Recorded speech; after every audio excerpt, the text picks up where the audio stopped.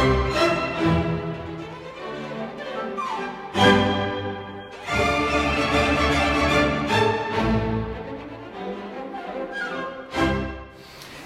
my name is Don Dagenet.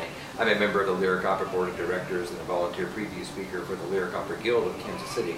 And we're here in the prop room of the Lyric Opera Production Center at 18th and Charlotte in Kansas City, getting ready for the opening on April 21st of the Barber of Seville, which is the final production of the Lyric Opera during this first exciting season in the Kaufman Center for the Performing Arts. It was in December of 1815 when the impresario, the house manager of one of the opera houses in Rome called the Teatro Argentina, had a problem. And his problem was that he had promised his patrons that he would open the season in February, just less than 2 months away, with a brand new opera. But the composer who had agreed to compose the opera had bailed. He was gone. He wasn't around. He wasn't there to compose the opera. What was the impresario going to do? Well, it turned out that there was a young fellow from another part of Italy named Gioacchino Rossini, a young composer, just 24 years old, who was in town working on a production for another theater. And he was famous for being very facile in his composition of operas. He was raised in a musical family, knew a lot about music, had already written several successful works for the stage. So he went to Rossini and he said, "Is there any way that you might be able to write me an opera that I can open in less than 2 months?" Well, Rossini was always open to a challenge, and so he said, "Of course, no problem." He signed a contract and set to work on the opera. Now, keep in mind, 2 months was the first opening of the opera. The opera probably had to be written in half that time to give them time to put together the sets and costumes and hire a stage director and rehearse the opera to get ready for the opening. Not only that, but they didn't even know what the subject matter of the opera was going to be. They didn't know if it was going to be comedy or a drama. They knew nothing. All they knew was they knew the main singers who were going to perform because they were those who were in town for the other opera. So Rossini set to work. They contacted a librettist whose name was Sterbini, came up with the idea of doing a comic opera based upon a famous play by the French playwright Beaumarchais from about 40 years before, had also been turned into an opera earlier by another composer. So Sterbini reset the play for operatic purposes, and Rossini set to work. Now, you would think that if you have only a very limited time to write an awful lot of music, you would want to work in complete, utter silence and be isolated so you could focus on the task at hand. Well, not so. It turned out that the impresario had rented a house for Rossini and the singers and the librettist and everybody else involved in the production to live in. So Rossini was in this house and later wrote that he wrote the Barber of Seville amidst the babble of my friends. Well, somehow in this cacophonous atmosphere, he managed to produce a great masterpiece. It depends on the source, but within 19 or 20 days, he produced a 300-page score. Now, back in those days when copyists would copy out scores by hand before music printing had become current, it took about 3 weeks for a copyist to even copy 300 pages of music. So Rossini literally wrote this opera at about the same pace as somebody who did not have to compose might have written it down. It's an incredible feat, remains one of those Olympian tasks in the history of opera.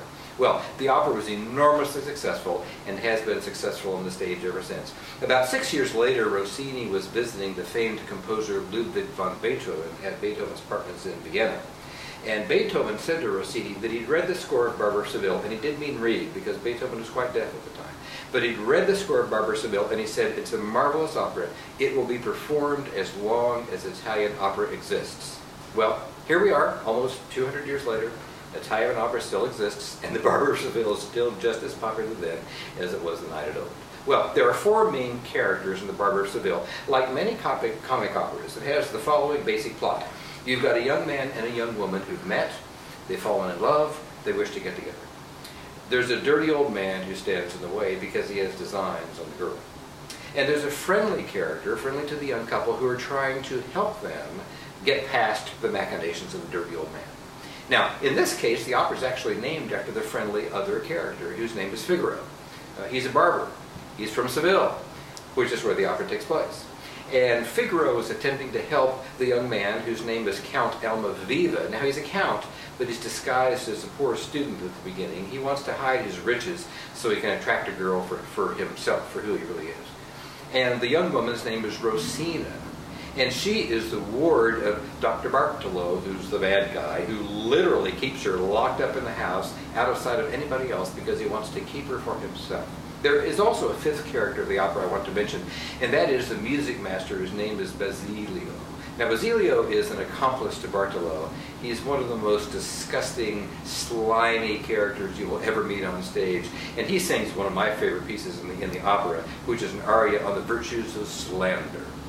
So, these are the major characters. Now, for this opera, the Lyric Opera has put together a fantastic cast. The Rosina, who's really the major figure of the piece, she appears to be rather timid at first, but we find out that she has nerves and determination of steel. She's portrayed by mezzo-soprano Sandra Peaks-Eddy. Now, Sandra Peaks-Eddy was the lady who portrayed Carmen for the Lyric Opera just last year, our final year at the Lyric Theater, was sensational in the role and has gotten rave reviews for her performance of this role, very different from the role she performed for us last year. So she will be the Rosina. For her lover, Count Almaviva, we have a young tenor named Brian Anderson, who's just beginning to make a really fine career on the stages of opera houses around the country.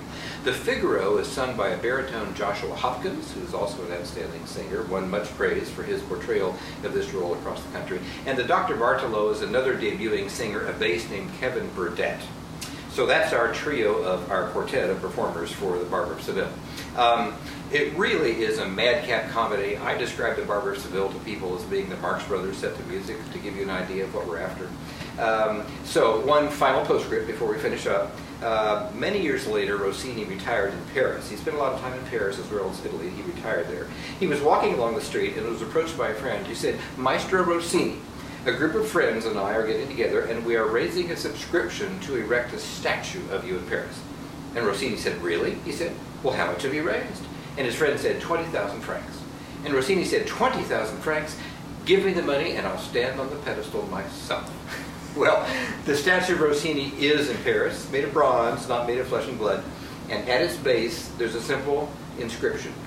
Gioacchino Rossini, composer of the Barber of Seville. I hope you'll join me in the Opera House. I look forward to seeing you there.